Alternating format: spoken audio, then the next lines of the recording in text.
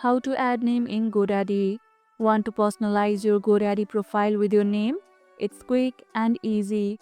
Head over to your Godaddy dashboard and click on your profile icon in the top right corner. Choose account settings, then select my profile. Under the personal info section, click edit next to your name. Update your first and last name to what you'd like displayed on your account and in invoices or billing details. After entering the correct details, click save and your changes will be updated immediately across your account. Use your legal name if this account is tied to business or tax info. It helps avoid verification issues later. Have you ever changed your GoDaddy account details for a rebrand or business name switch? Let me know in the comments below. And if this video helped, hit the like button, share it, subscribe and leave a comment. Thanks for watching and I'll see you in the next one.